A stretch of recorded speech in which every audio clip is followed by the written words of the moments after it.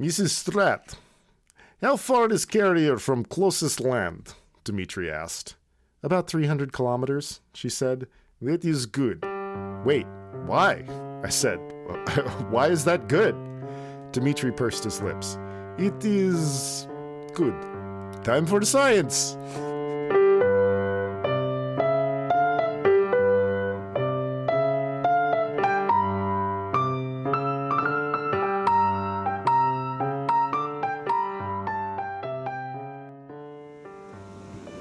Hey everybody, Dukes here, staring out at the Pacific. Foggy day, March 2026. You may have noticed we haven't put anything in the podcast feed for a while. We were feeling overwhelmed and overscheduled, and so we took a break. And Chris and I talked pretty recently and about whether we wanted to continue making the podcast or not. And we decided we did. Maybe at a slower pace. And we made a tentative plan to start making episodes again in the summer sometime. So there'll be some episodes in the summer. Stay tuned. In the meantime, you probably heard that Project Hail Mary, one of the first books we talked about, is going to be a movie starring Ryan Gosling, and that's coming out really soon, in a week or two. So we thought we would re-release our episodes. I think this was maybe the fourth or fifth book we talked about. Listening to these episodes, it's a very kind of an emotional thing for me because I was listening to that book on tape the night I finally packed up and left Chicago in my camper for Florida, kind of starting my 8 or 9 month walkabout in my camper where I recorded a lot of the original Upper Middlebrow episodes and where this podcast really was like a stabilizing and joyful force in my life. That was a transitional time. What I figured out is that I wasn't very happy in Chicago and I wasn't quite sure what to do about that. So I spent 9 months on the road and then decided to head for Southern California. So that wasn't that long ago, only about 3 years ago, but it feels like a completely different time, and I really enjoyed these episodes. I really enjoyed this book. It's a book about friendship, and, you know, I don't think it was lost on me and Chris that he and I were really reconnecting after maybe a decade of not talking very much, not for any particular reason, just adult busyness. So, without any further ado, here's Upper Middlebrow's episode about Project Hail Mary, Part 1. I don't remember the title. Was this Bromancing the Stone Carapace? One of the better titles ever. I think so.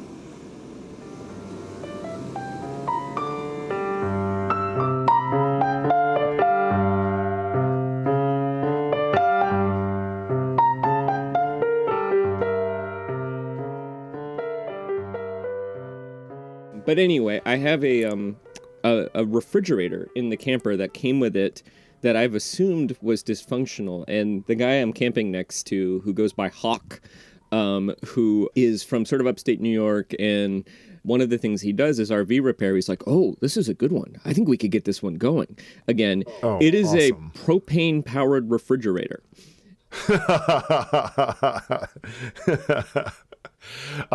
Let's see. Does the propane light? Like, do you need a source of heat to make a refrigerator function? Yes. Basically, as I understand it, and this is why I mentioned ammonia, in the refrigerant is ammonia, and there's an ammonia tank and ammonia coils, and you light the propane. It's a pretty simple burner. There's a vent out the back and a vent up top. Should probably check the vent up top. Yep. You know, for ventilation. I have a gas tester too, so if I try this, I'll be checking the propane lines for leaks and things like that.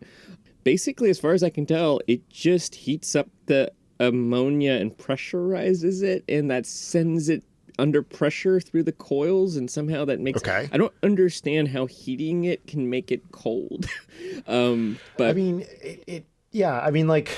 This is the same realm as like heat pumps and like any kind of air conditioning, which is like it's less about it, like it's about temperature gradients as far as I understand. Well, a heat pump is basically an air conditioner, and an air conditioner, it's a motor that's essentially spinning a pump that puts things under pressure. And when you put gases or certain types of refrigerants under pressure, they cool down. I think when you put anything under pressure, it cools down. I think that's how that... Oh, we need like a really quick detour through like Bernoulli's principle. Yeah. Our protagonist would certainly know. Yes, yeah, we would not. Grace, Dr. Grace would know.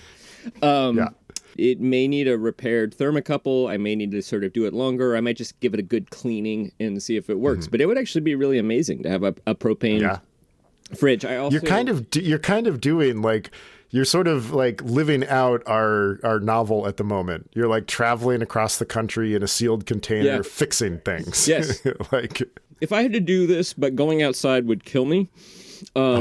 Actually, Rocky would probably get that thing working in no time. Well, since Hawk is from upstate New York, he's like completely incomprehensible. Right. And so you'll have to like have this long scene about how you begin communicating with each other. And then eventually he can help you like fix your fridge. He says far out a lot. That's like his version of good, good, good. I haven't heard far out in a long time. I would guess that Hawk is maybe the next generation up from us. Yeah, I would put him in his mid-60s to early 70s, somewhere in that range, too. Yeah, that's probably about the right, that's sort of the right time then for Far Out. He does seem, if take Jeff Bridges, the dude, and then push him 20 years ahead in time, and you basically get that guy. Got it. And make him good at fixing things. Yeah. How are you? Yeah, I don't know. I'm taking a trip to the coast this weekend, which is going to be great. There's a little there's a place that you can stay where you stay in retro trailers, which I'm very excited about. The two trailers that I had a choice of staying in, one was named Bethany and one was named Fireball. Which did you choose? I chose Fireball. Okay. For sure. Well, today we are discussing Andy Weir's 2021 novel, Project Hail Mary, which is ostensibly about saving the world and problem solving in space, but really it's about friendship. It's really just a love story. Yeah, exactly. It's a love story and there's a lot of ammonia talk. Yep. Do you want to kind of do the present tense recap and I'll kind of chime in with some flashback past tense stuff? Sure. Or at least I'll get us started with the present tense. Yeah. Maybe I'll try to do the first quarter present tense. We'll see if that... I like that. So essentially, a man wakes up and he is trying to make sense of his environment. This is like, in the beginning, there was consciousness. In a computer, I think the first... sentence of the book is, what is 2 + 2? A voice said, or it's something like that. So we learn pretty quickly that this man has been comatose and that there's a computer taking care of his needs. Over a few pages and chapters, he discovers that he's in a sealed capsule. This is all, by the way, being narrated in the present tense, and the effect of the narration is you're in the man's thoughts as he's realizing these things for the first time. He can't remember his name. He's a white guy. He thinks he's North American because he uses imperial units. In a nice bit of lamp shading, he also says it's possible that he's Liberian, and then comments to himself, I don't know my name, but I know that Liberians use standard units. And very, very slowly, he becomes more ambulatory. He starts eating. He gets rid of his tubes, and he starts finally having some memories of who he is. And you're going to talk about those memories. But I guess what I will say is that over the first quarter or so of the book, he remembers enough or figures out that he's in a spaceship. He's on a mission to save the Earth. It has something to do with this stuff that was discovered by a scientist back on Earth. And I think that will allow me to kick it back to you. Yeah, the nature of all of the flashbacks. At first, the flashbacks are kind of motivated by external things that happen to him on the ship. He sees his dead shipmates. The very first one, he sees a trail of blood, which makes him flashback to the big problem. Penis blood. No. Penis blood. Yes. Yes. A thin line of penis blood because he tries to escape his robot tormentors that are really just there to take care of him and jerks a catheter out of his urethra by falling to the floor. Every man's nightmare. Oh my God. I was like, oh my God. Although, yeah, in a way, probably pretty bad. good to get it over with quickly and not have the anticipation of it, too. You know, Yep. When it's over, Yeah. it's over. So what we discover, our hero, Dr. Ryland Grace, is presently, or in the past, was a school teacher. In the past was a school teacher. Before that, he was an academic who was kind of drummed out of academia for proposing the idea that life could evolve without water.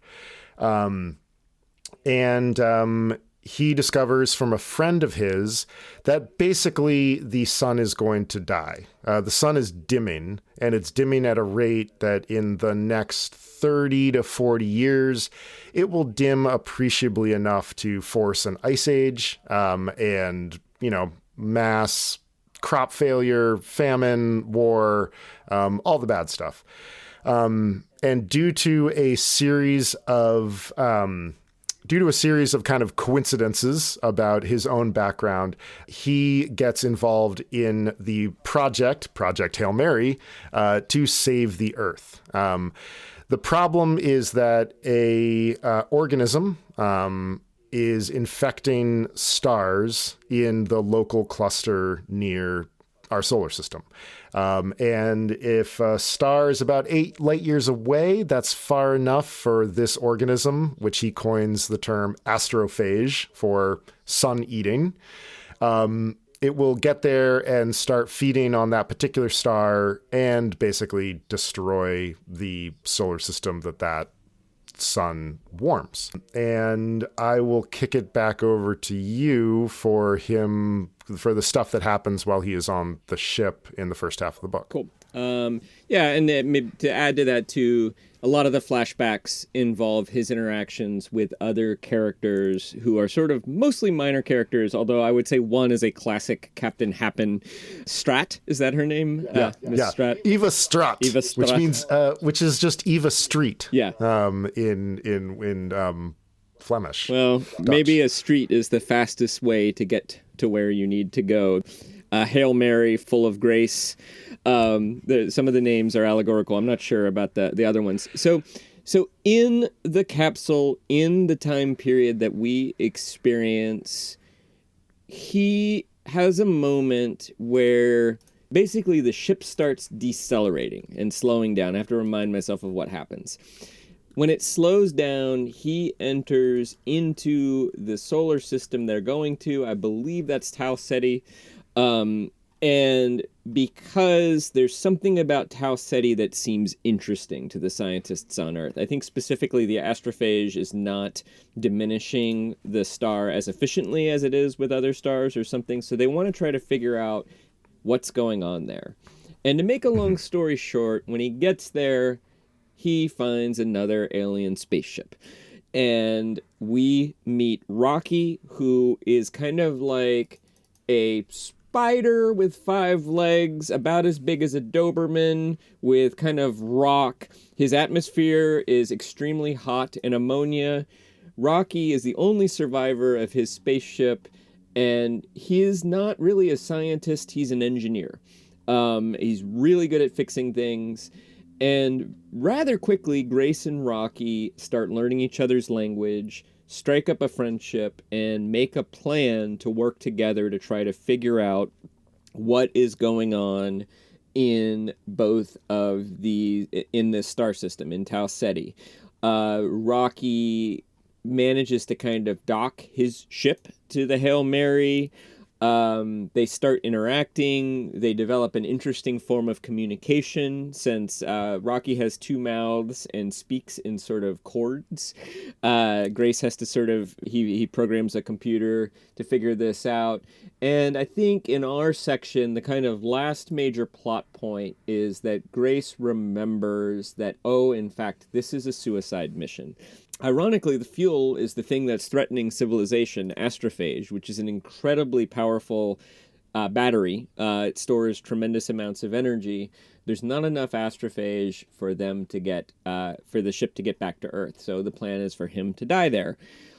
Mm-hmm. And Rocky says, oh, wait, I've got plenty of astrophage. And Grace is happy because now it seems like he might be able to get back to Earth if he succeeds in figuring out why the astrophage is not destroying Tau Ceti. And that's, I believe, more or less the end of the section we read. Yeah, let's get into questions. So, I mean, my question is what makes Andy Weir different, but more specifically, lots of people, this is what we call hard sci-fi. You know, it is very much science-based. Now, I'm not a scientist, and maybe scientists would have a bone to pick with some of the science. I don't know. It stands up based on my, like, college-level physics classes that I took and astronomy classes. It seems to stand up. And I've heard that Andy Weir is generally regarded by scientists. So he's doing hard sci-fi. A lot of people do hard sci-fi, and they get swallowed up by the science. They're fascinated with the science. The science has interesting concepts, and maybe the science suggests an interesting premise for a story, but a lot of writers just, they become too absorbed by the science, and the story suffers. Other sci-fi writers either hand-wave the science away. Basically, they don't really get it. John Scalzi's a classic example of this, where he's always like, oh, they have something called a spin drive. We don't have any idea how it works. It just works. Some sci-fi writers do that. That's it's the James S.A. Corey approach to The Expanse. Sure. Like, yes, we've got drives that do the thing that we've always wanted to do. It just happens. And it doesn't matter because we're not telling a story that necessarily stems from the science. You know, in the I don't know the Expanse books, but say like in a Scalzi novel, the scenario, it's sort of the global, the galactic political scenario that is interesting, you know, or it's something else about what's going on that's interesting.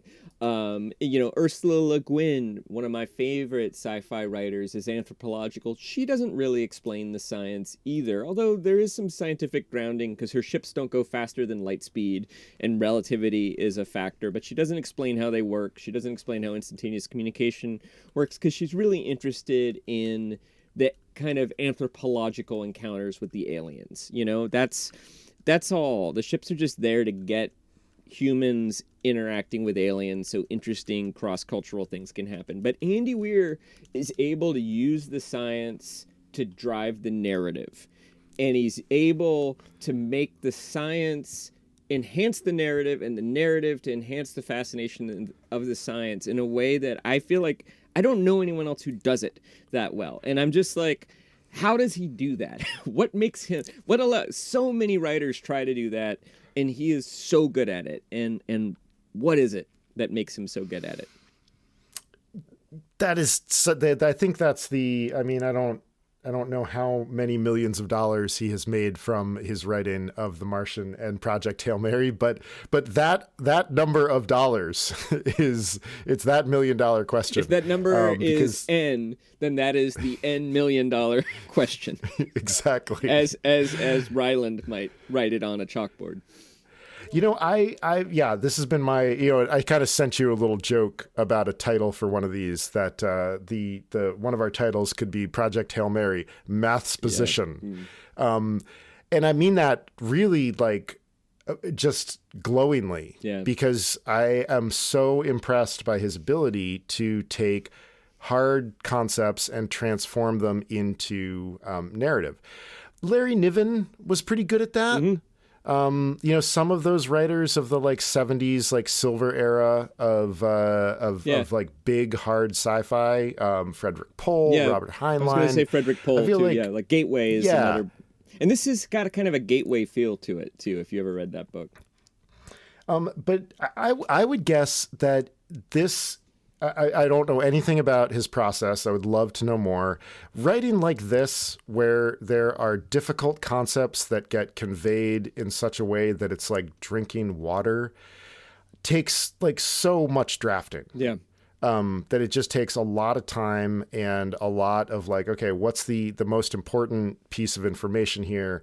How can I actually convey it in a way that is effective? I mean, he spent his previous life as a software engineer. And I don't know, I know enough engineers to know that a real frustration of engineers is basically interfacing with management. Yeah. I would hazard a guess that maybe Andy Weir was the engineer who was like selected by his group of peers to like go and talk to management. Yeah.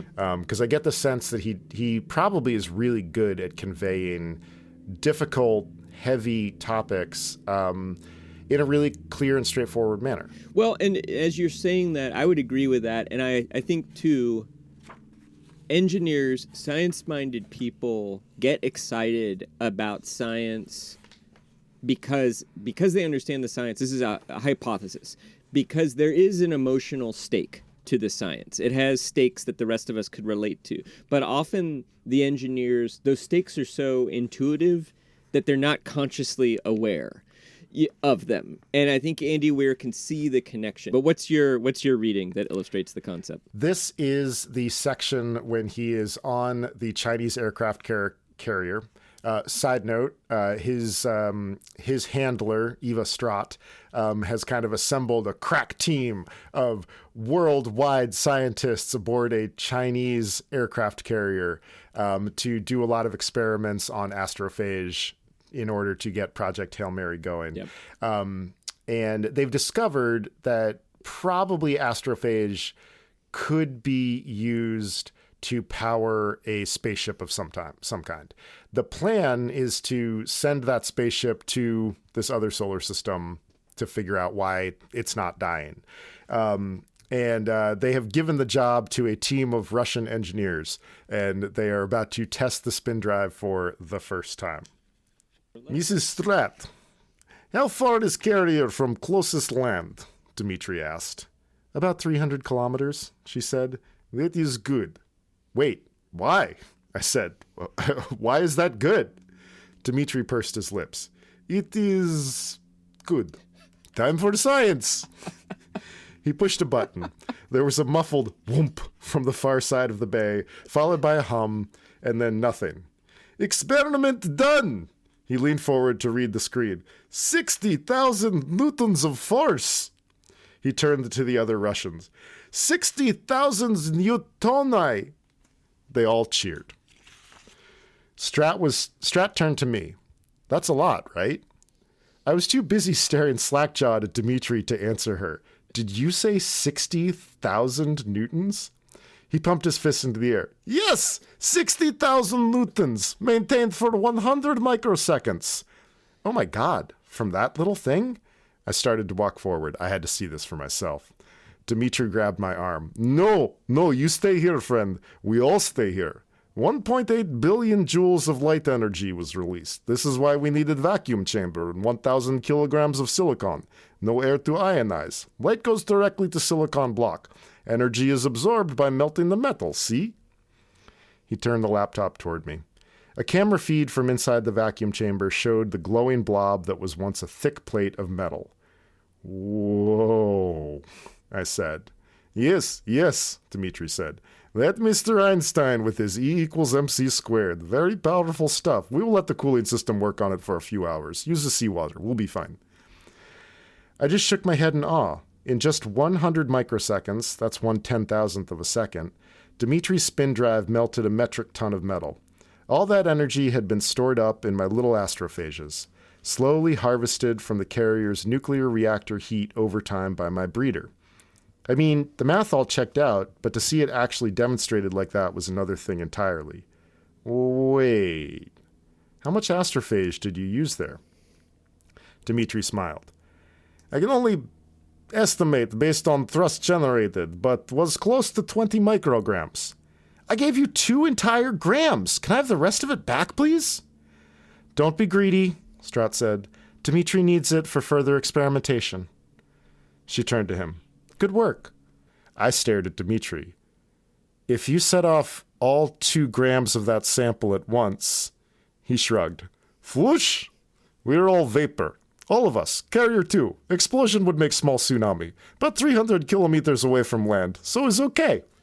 He slapped me on the back. And I would owe you a drink in afterlife, yes?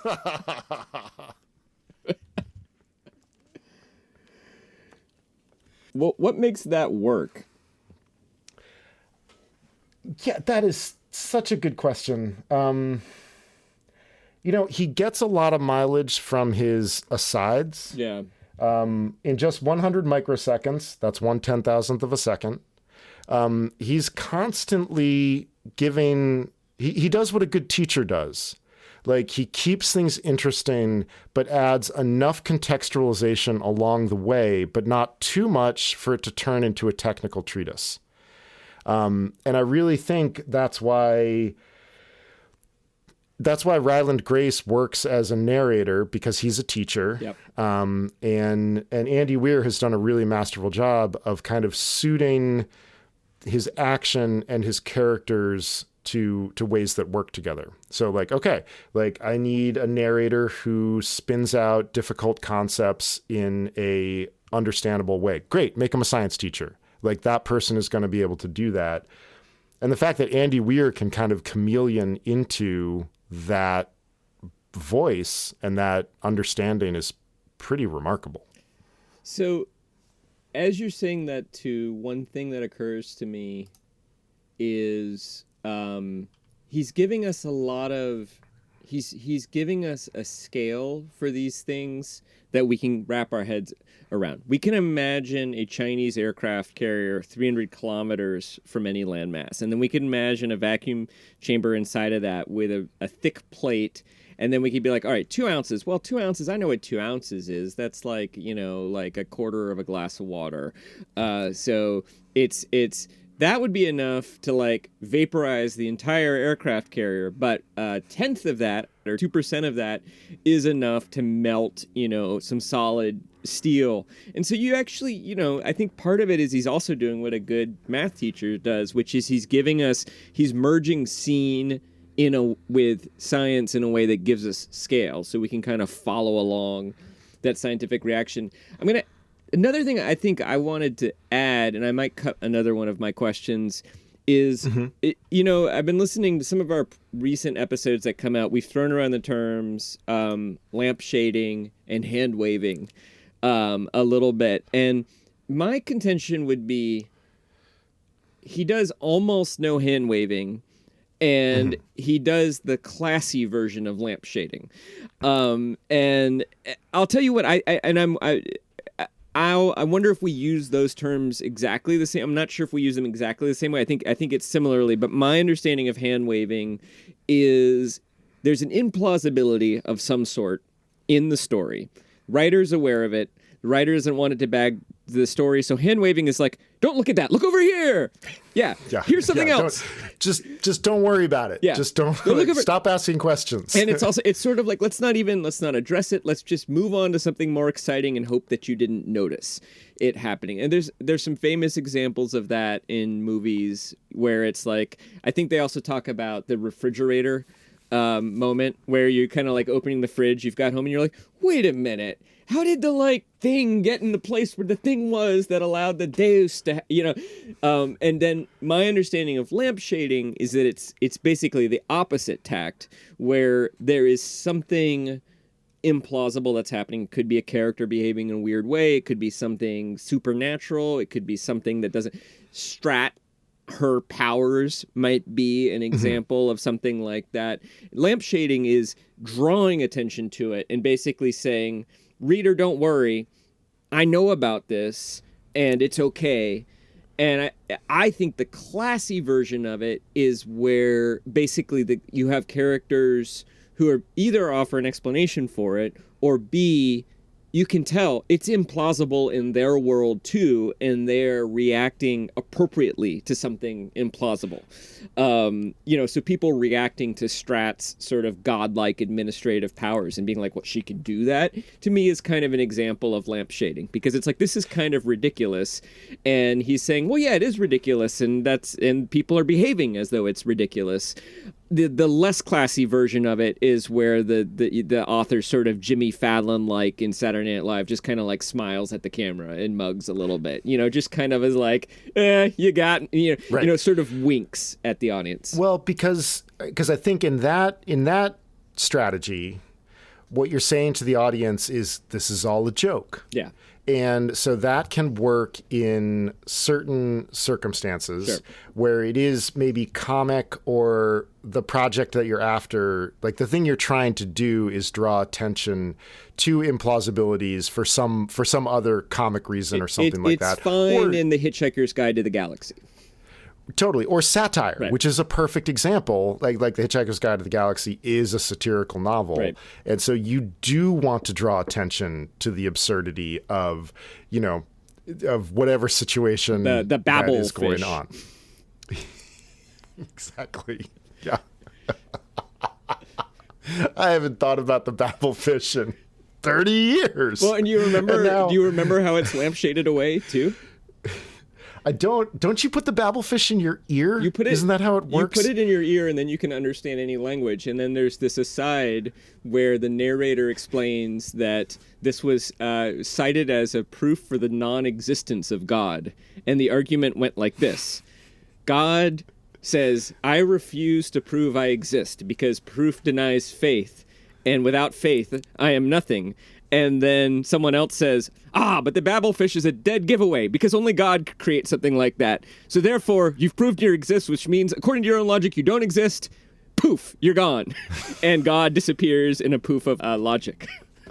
In a poof of Douglas Adams' magic. Yes, exactly. Yeah. I think, what about my construction of like the classy version? I mean, is that how you understand it too, where it's the characters sort of reacting to the apparent implausibility? Totally. What you're talking about is like, there is an implausibility in the world, but you make it less implausible in that world. Right. Like in our world, it is like, who knows? Maybe if there was an existential threat, there would be this kind of like coming together and like putting one person in charge of essentially like the world's governments and their scientific resources. And then, and the way that this is achieved, you had this question about the courtroom scene, where Eva Strat is kind of like hauled in front of a tribunal, where she basically uses that tribunal to be like, no more of this. And because I don't want to repeat this again.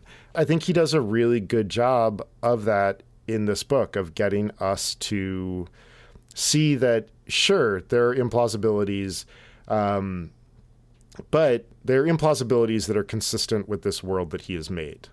I dug around a bunch on, in prepping for this. And of course, there are like a chorus of like, Andy Weir's novel is a hard science novel, and it mostly gets a lot of things right. But, Iridian 40 would actually be like the actual like atmosphere. It's not, it's 29 times the pressure that's inside the Project Hail Mary, which is only 40 like hectopascals. So it's actually 9.65 atmospheres, and you can still see light. And you're like, oh my God, like, shut up. Like, there is enough science here and enough like narrative craft that makes this book really work. That's kind of why, like, my next question about like, is this the perfect book for our time? Because it combines all of these concepts of like a giant existential threat, read climate change, but then also combines it with a real call for humanity and communication. And does it all in a manner that any video gamer will recognize. Like, that is essentially the narrative structure of this book. Is it's just like a video game. There are hurdles that keep getting bigger. And the way this whole book / game works is, first he has to like figure out where he is. It's a classic and if you think back to a lot of the like puzzle video games of the 1990s, or Disco Elysium, which has a lot of similarities to this game. You are a cop. You're an alcoholic cop who wakes up not knowing the job that you're on, but you still have to solve the mystery.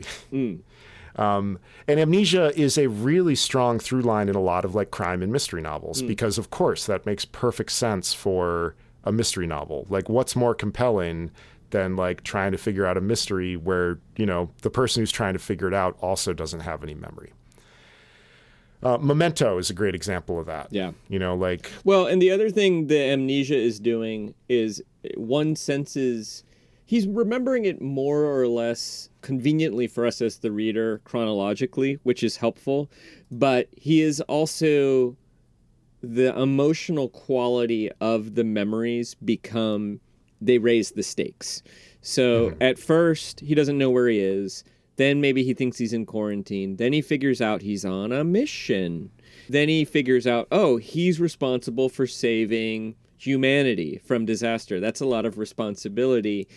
Then he figures out it's a suicide mission. And, I've read this book before, and I think you have as well. And so we know in the second half of the book, there's something else he learns about his, I'm going to say, choice to participate in the mission that raises the stakes even. There's a progressive level of challenge, and there's also a progressive level of emotional stakes, which is also the classic, action-adventure story plot, right? A successive series of quests. Each one is harder than the last one. The hero gains skills from the last one and needs them for the next one, and the stakes ratchet up for each one too. I mean, I recently rewatched The Three Musketeers and The Four Musketeers, and it exactly follows that pattern. That's the only example I can put in my brain right now. Well, I think, you're right to bring up any classic hero's journey like that. It's a structure that we're so familiar with. And I think what's remarkable about this book is that it manages to be really successful, emotionally available, well written. It's limpid. It's funny. And it was a huge hit. It was also very popular. Yeah. It really does. It's really an astonishing piece of work. I think one of my questions here is like, okay, if we know it's definitely the very like popular and successful part of upper middlebrow. I would make a case that the upper parts of it is that it doesn't call its craftiness, like it doesn't call attention to its own craftiness. Right. Like, it isn't lyrical. It isn't beautiful. Right. The prose is simple. It is, but I think talking about all of the things that we're talking about, the craft is kind of assembling all of these, like you just said, emotional stakes raising, using the amnesia, skill stake raising, shuttling back and forth from present time and past time, figuring out how to communicate with an alien, all done in a way that is really pleasurable. And I think it's a perfect book for our time because it's accessible and emotionally affecting at the same time, and high craft. So what I could say is that, I devoured it the first time I read it, roughly when it came out. I think it was included with my Audible subscription. Like, I think it was a freebie. I could be mistaken about that.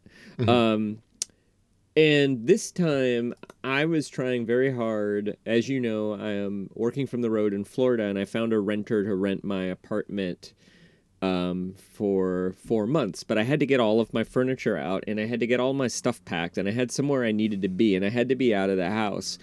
And I managed to do that and get on the road the very last minute, basically Tuesday the 31st, because I had to be on the road and out of the house on the 1st and had to be in Ohio. And that night I drove into the night And I was so frazzled and so keyed up and over-caffeinated and physically exhausting from packing and not getting enough sleep that I didn't want to read the book because our taping was a few days away still, and I didn't want to forget the book. But I read it just because that was the most comforting thing I could do to take me out of the stressful moment that I was in. So in that sense... And also in the sense of kind of like wish fulfillment, in the sense that this book fulfills a hopeful fantasy about the kind of world we would live in, which is that humanity, that Russia, China, and the United States would get their act together and cooperate in the spirit of friendship and in the spirit of efficiency without letting petty politics get in the way. You know, the Russians do their part, the Americans do their part, the Chinese offer a carrier, the three people on the mission, one's Chinese, one's Russian, one's American, that would happen in the face of a existential crisis, I think is a deep and profound hope for this moment. And so I think it plays into that in that sense too.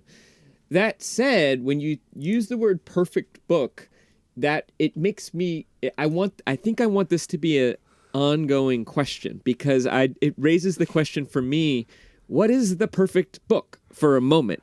Is the perfect book for a moment a book that centuries later we read to understand that moment? Is the perfect book for a moment a piece of art that inspires people of different backgrounds with different beliefs and different political ideologies towards a higher ideal, towards some kind of cooperation? Is that a perfect book? Or is a perfect book just something that fulfills that kind of wish fulfillment fantasy around the kind of world that we want to live in a particular moment? And I'm not sure I'm ready to answer that question. Yeah, I think that this book could be a lot of things to a lot of people.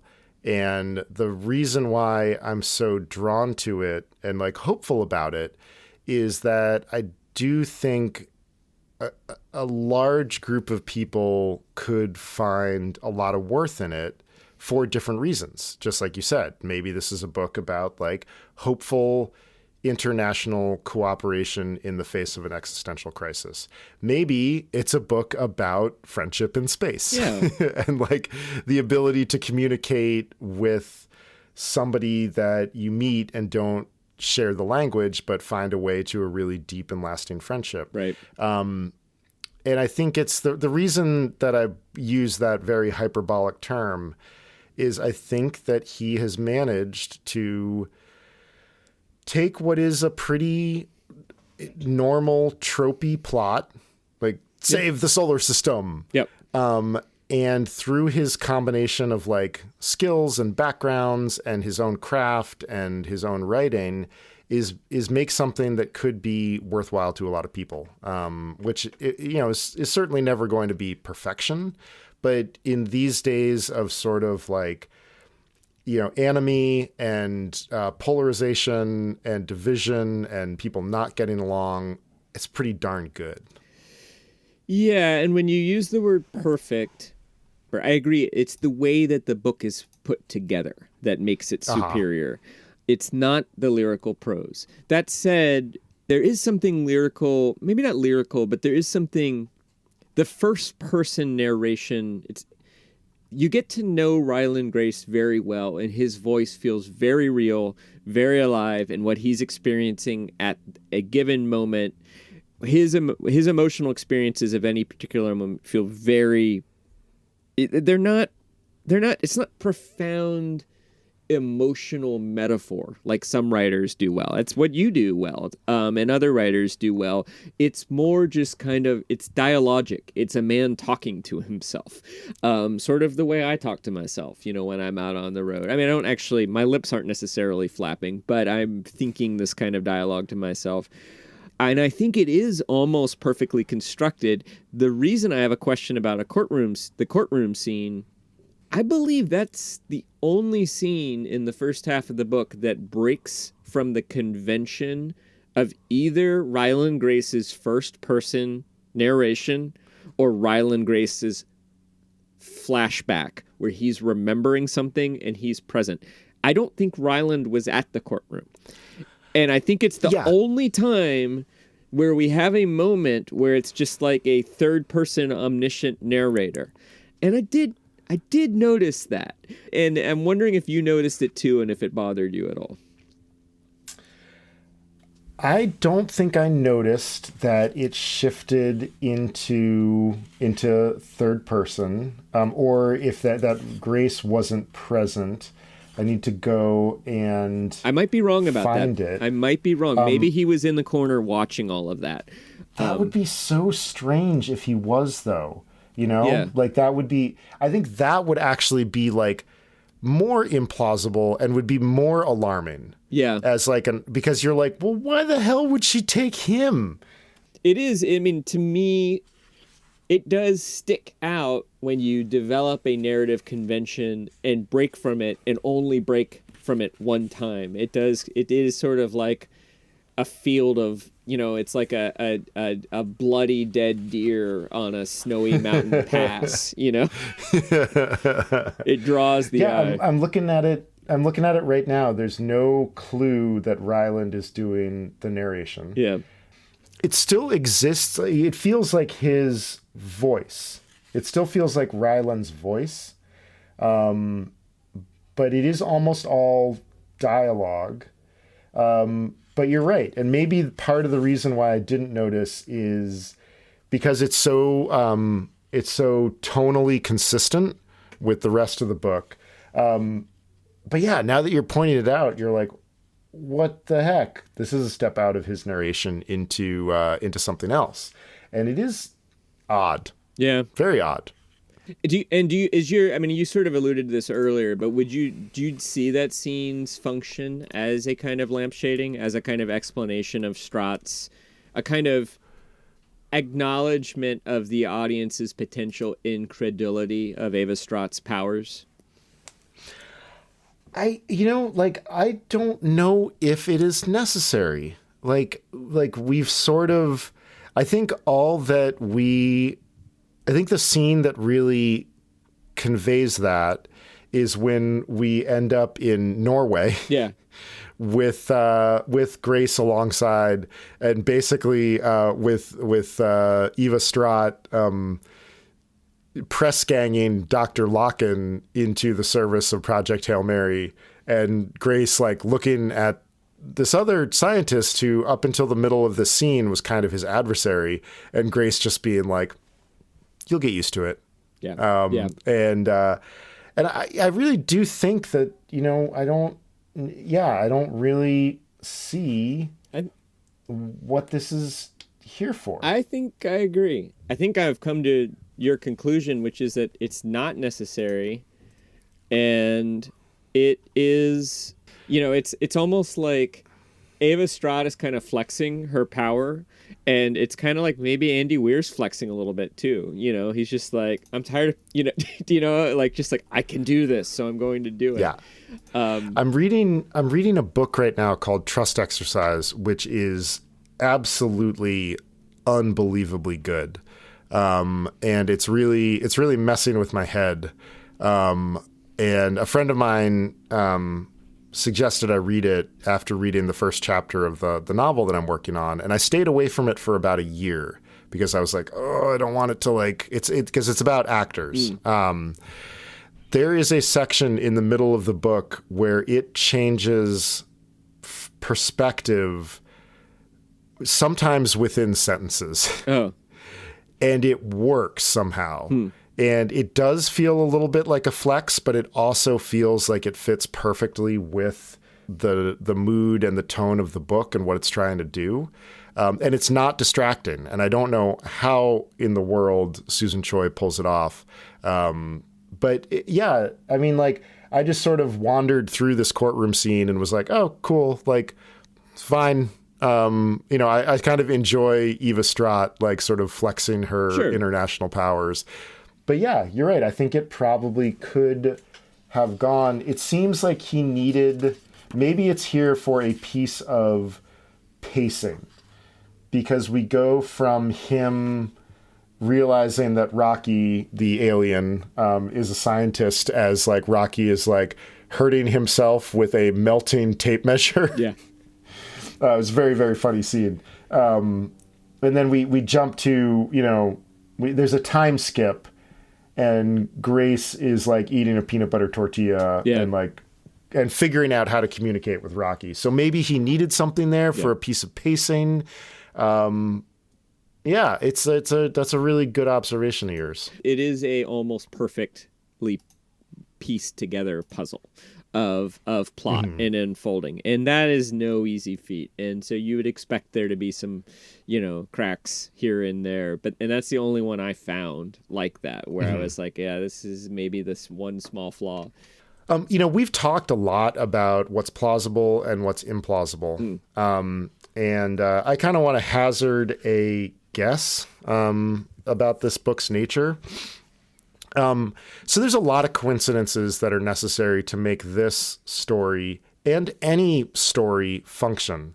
Like Grace has to be a disgraced former academic with this particular skill set who has shifted to being a school teacher at the precise moment of this crisis, who also has the genetic ability to be one of a million people on the planet to be able to be sent on this mission. And he is the one out of three people who survives the trip. At what point are you kind of like, okay, that's too many coincidences, but then do you actually care about that? Well, okay, so some of those coincidences are coincidences for Ryland Grace, but if you look at it from, say, Andy Weir or Avis Strat's perspective, it's not improbable that in the world of 6.5 or 7 billion people, you would find a physicist / math teacher with coma resistance. I think like we can understand that very, very few people would be suited to go on this particular mission, and he just happens to be, as it turns out, one of the 3 people in the world who statistically exist.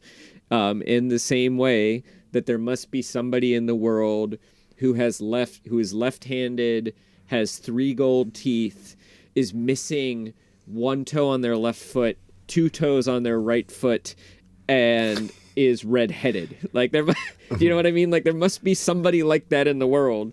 We're going to choose to tell that person's story because that's the person who goes on the mission. So in that sense, it doesn't bother me that much. The one of all of those coincidences, the one that bothers me the most is when he tests and proves to have the coma resistance. But I think we kind of get away with it because when that happens, you're kind of distracted from understanding its relevance. Grace has him tested simply as a form of protocol, right? And so the stakes of that test are very low. So when it turns out that he is resistant and he finds out about it later, this is a necessary plot function, to get him on the ship. He gets away with it. If it turned out that the 3 other astronauts, and then they had to test him, and it was a 1 in 20,000 chance or whatever, or 1 in 7,000, and he just happened, that would bother me a lot more. There's something about putting the coincidence before the stakes that makes that work somehow. And I don't know why. I do think one of the themes of the book is that both Grace and Rocky feel as though they're the wrong person for the job. And I think that the theme here is actually a universal theme, which is sometimes you feel like you're the wrong person for the job, and it turns out you're just the right person for the job. And that is kind of one of those hero's journey tropes. I was listening to a recap of the book the never-ending story, not the movie, but the book. And that is kind of the theme of that book, too. The boy in that book, Bastian, doesn't think he's made of heroic stuff.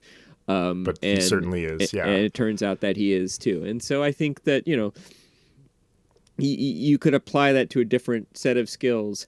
This happens to be, if it had been the Russian woman and a different five-legged alien, maybe they would have found a way to save the world too with their combined skill set. Maybe the alien would have been the really good scientist, and she would have been the one who was good at fixing things. You know what I mean? Grace, and we don't know at this point in the book whether Grace and Rocky are going to solve the dilemma and save the day. So that's how I feel. Totally. What about you? Yeah. Yeah, I think, there's a certain point where I think like you said, we're kind of operating outside of normal narrative here. Like we're in more like myth territory, it feels like to me, than we are, and in myth, it's always the right person for the job.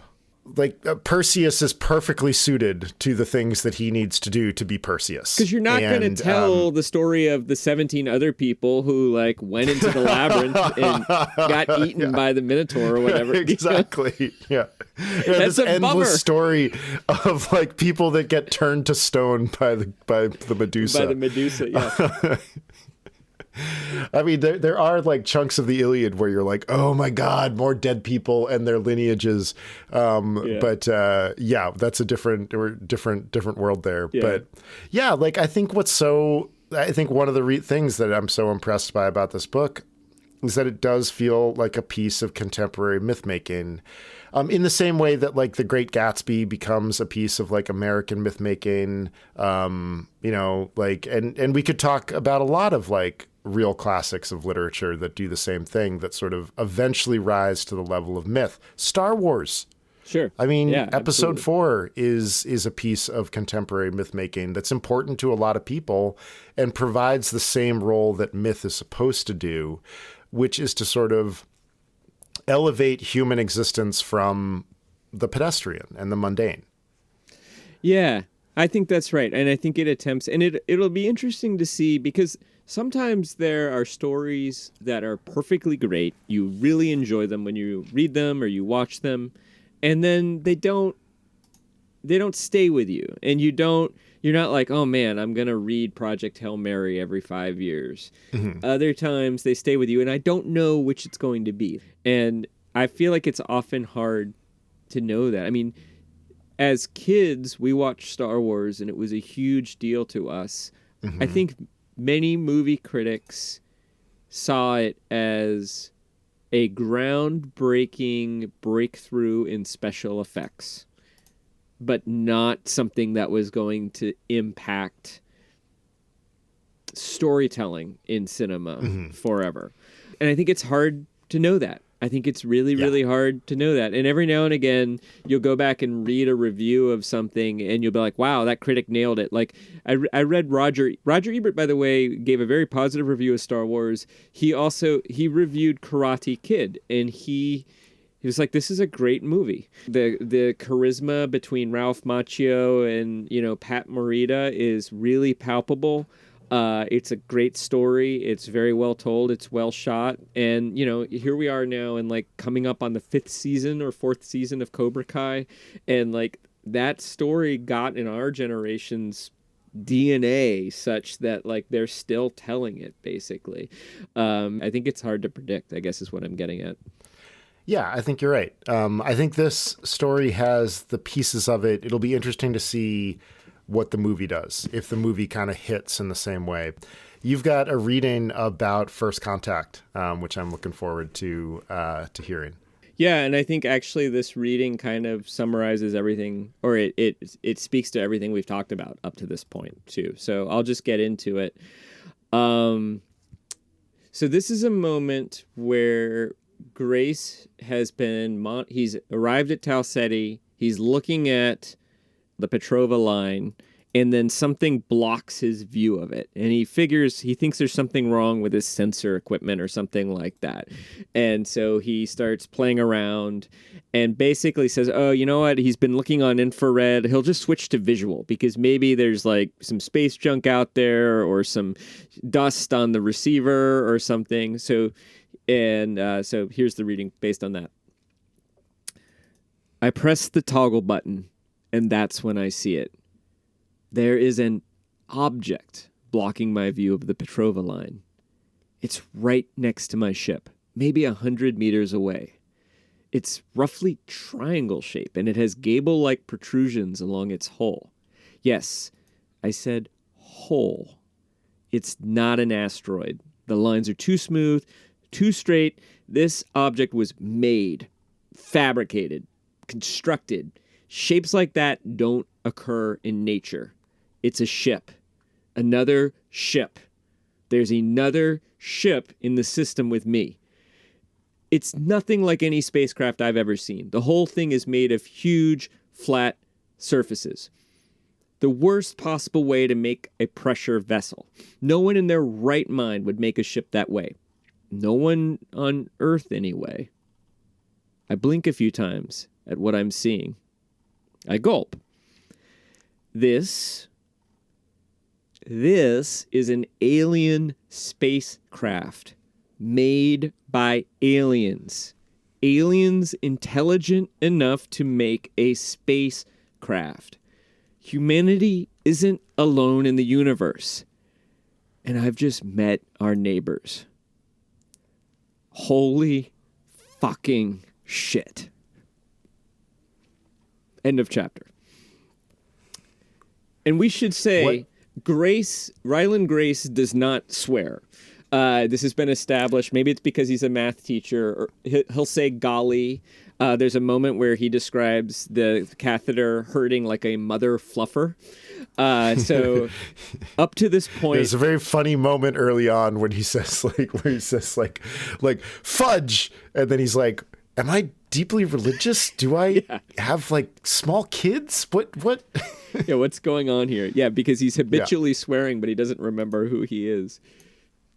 What about that? What about that passage speaks to you? One of the things that speaks to me, and I wish I had mentioned before I read it, that he doesn't swear, because it's a simple trick, which is if you have a character who never swears, and then you have him swear one time in the book, that drives home the emotions of that particular moment, in a big way. It's a simple trick, but it works. But I also think, first of all, this is modern mythology, right? This is, we're not alone in the universe. I just met her neighbors. It's everything you were saying before. But also, we're coming right out of, I was looking at the Petrova line. The frequency of the Petrova line is da-da-da-da-da hertz, but I wasn't able to see it. What's going on here? There's something else. He's problem solving. He's sciencing a problem. And very quickly, in the span of 2 paragraphs, we get from science to we are not alone in the universe, and I've just met our neighbors. Like the end, it emerges seamlessly. And we've established that this is how Grace's brain works. He processes the world through science. So he's looking outside. Yeah. He can't see the thing he was looking at. So basically he switches from infrared to visual, and there's a big triangular metal thing looming over his ship. And we have him in the span of about 30 seconds realizing the significance of what's happening and responding emotionally to it. And, it's like you say that it's not lyrical. I agree. I do think, though, he's employing a poetic quality of repetition. He's doing the brain making sense of information, but I think, a good poet will do this too. No one in their right mind would make a ship that way. No one on Earth would, anyway. I blink a few times at what I'm seeing. I gulp. This is an alien spacecraft. Made by aliens. Aliens intelligent enough to make a spacecraft. Those 3 sentences are extremely redundant, right? Yeah. But I think that is a kind of poetic dialogic repetition of in those 3 sentences, because the gravity of what he is realizing is too big for one sentence. And Totally. his brain needs 3 sentences to catch up to the gravity of what it's sensing. And so I just think that's masterful. And there are moments in this book that kind of make me tear up. And this was one of them. There's a number of moments of his interactions with Rocky too, because as you say, it's a bromance. And in the best possible way. Let's move on to some trivia. All right. Host goes first. Host goes first. Okay. So when Andy Weir was not writing The Martian in 1999, he was still a software engineer at AOL. AOL got absorbed by Netscape. And in an interview, he makes this very funny aside where he says, "Oh my God, listen to me, AOL, Netscape." And he makes a reference to the dance craze of that particular moment. And he is making this reference to be like, oh my God, I'm so old. Was the dance in question A, the sprinkler, B, the electric slide, C, the Macarena? Ooh. Okay, so basically he's talking to some people and he refers to AOL and Netscape. He gets sort of embarrassed about how old he is and then makes an allusion to a dance as sort of like me talking about Netscape or AOL. My talking about those things is like me talking about N dance. Exactly. Blank dance. Yes. And I gave you I don't know if I gave you the date. I will. It's 1999.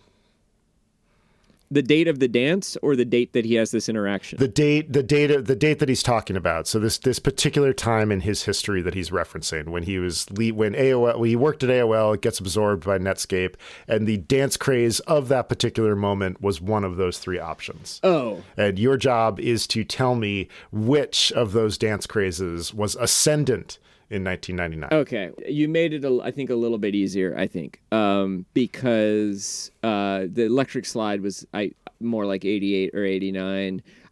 The sprinkler, but I might be thrown off because I think of the sprinkler as the thing where you do this, and I associate that with the 1970s. And so I think it's the Macarena, although I would have put the Macarena a little bit earlier in time, like more like 95 or 96. But I'm just going to stick with my instincts here and say the Macarena. You are correct. Ding. Excellent. I think you're right that actually the Macarena was a little earlier, but in this interview I found, he says, I started writing my second book, which is also not The Martian. Then I got laid off because AOL merged with Netscape. Ugh, these are such dated references. AOL merged with Netscape. The Macarena was popular. Anyway, when they merged, I had these stock options that were worth a shitload of money. Yeah. And he ends up selling those stock options for like sort of the pre.com bust. And so he actually did really well off of them. And that's part of what fueled his ability to be a writer, even though he did continue working in software engineering for a bunch of years after that. He never, there's a really interesting interview because he was basically like, I never really risked starving. Yeah. He's like, I wrote in my spare time. I wrote in the middle of the night, all that stuff. Well, that's fascinating, and it's telling too about what it takes to be a successful writer, because it's damn hard for people who aren't rich. It's damn hard for people who are rich, but it's especially hard for people who have to work for a living. I imagine that the money he had took a little bit of pressure off too, and he probably, even if he kept working, maybe he had a little more time for writing. But my question for you is also an Andy Weir origin story question. Okay. So as you acknowledge, and also recently a contemporary of his, John Scalzi, he's had kind of a bootstrappy career and got his start. Also, Naomi Novik is another writer like this, got his start by self-publishing at first and building a following around a self-published novel.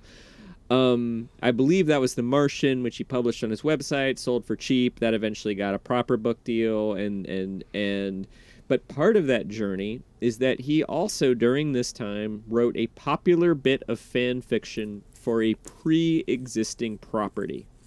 And later, his fan fiction was published in an official collection by the owners of that property, if that makes sense. And it's multiple choice, but do you understand the premise? I do, yeah. I think I'm going to be looking for that particular property. Right. So was that property the Alien saga, based on the Ridley Scott film? Mm-hmm. Was it Ready Player One, based on the Ernest Cline novel, Steven Spielberg film? Or was it Tank Girl, which was made into a movie by Rachel Talalay based on a British comic? Yeah. Okay, I know that Ready Player One seems way too late for this whole thing. I could be wrong on that, but I'm going to toss that one out. I know that Andy Weir has a really, really strong background in comics. And in some of my research for this episode, good God, the number of Amnesiac comic main characters, it puts all other genres, like it dwarfs them. Like there are 10 times as many amnesiac comic book heroes as there are crime novel or regular literary fiction. It was really remarkable. I was like, oh my God, this is like a 10-1. It's like an order of magnitude. Aliens does have a really strong fan fiction comic book world, but I'm going to go with Tank Girl. It is Ready Player One. That is like 100% Chris's experience with trivia, where I like instantly throw out the correct answer and then like think my way around to the wrong answer. So excellent work giving me some good red herrings in there. Well, and yeah, I thought that Tank Girl would be a good red herring. The Ready Player One was published in 2012. That's true. The Martian was like 2014, 2015. So there was a little bit of a gap in there where he was publishing on his own website. And the story is about 1,000 pages or 1,000 words or something like that. Okay. I was like, oh my God. It's called Lucero.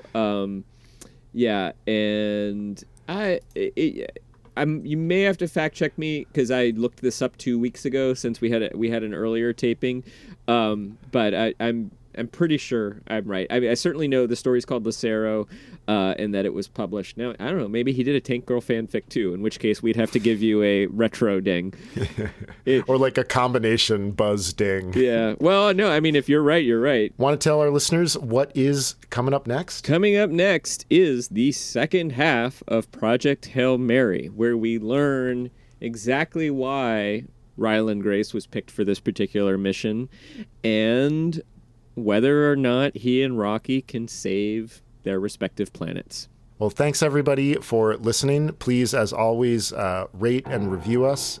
Upper Middle Brow is a Small Point production. Chris Bagg and Jesse Dukes, creators and hosts. Music from Ben Pajak and Jesse Dukes. Design and website by me, Chris Bagg. You can learn more about us at uppermiddlebrow.com, and we will see you all next light year. See you on the other side of the solar system. See you in Tau Ceti.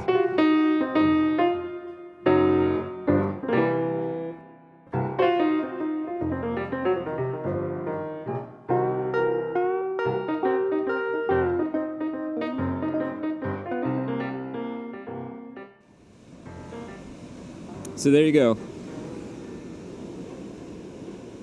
Project Hail Mary Part 1 by Upper Middle Brow. So many memories of very specific places. I was in the Outer Banks for part of that, I remember. Was I really in the Outer Banks? Taping in Florida, releasing in the Outer Banks, driving at night through Indiana, getting kind of buffeted by semi-trucks. Anyway, right after I recorded that intro a few minutes ago, a big, I think great white shark breached about a quarter mile off from where I am. Big shark.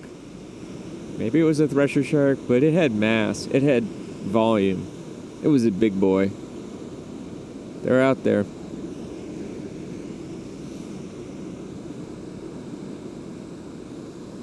All right, stay safe, everybody.